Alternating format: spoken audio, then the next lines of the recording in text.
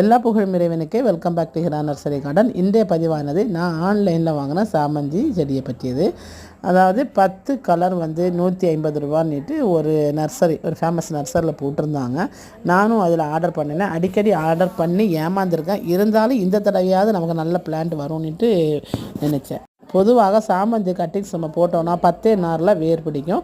நான் இந்த ஆர்டரை கொடுத்து 1 மாதங்கள் ஆச்சு. அப்படின்னா அவங்க நம்மள்கிட்ட ஆர்டரை எடுத்துகிட்டு அதுக்கப்புறமா தான் கட்டிங்ஸே போடுறாங்கன்னு நினைக்கிறேன்.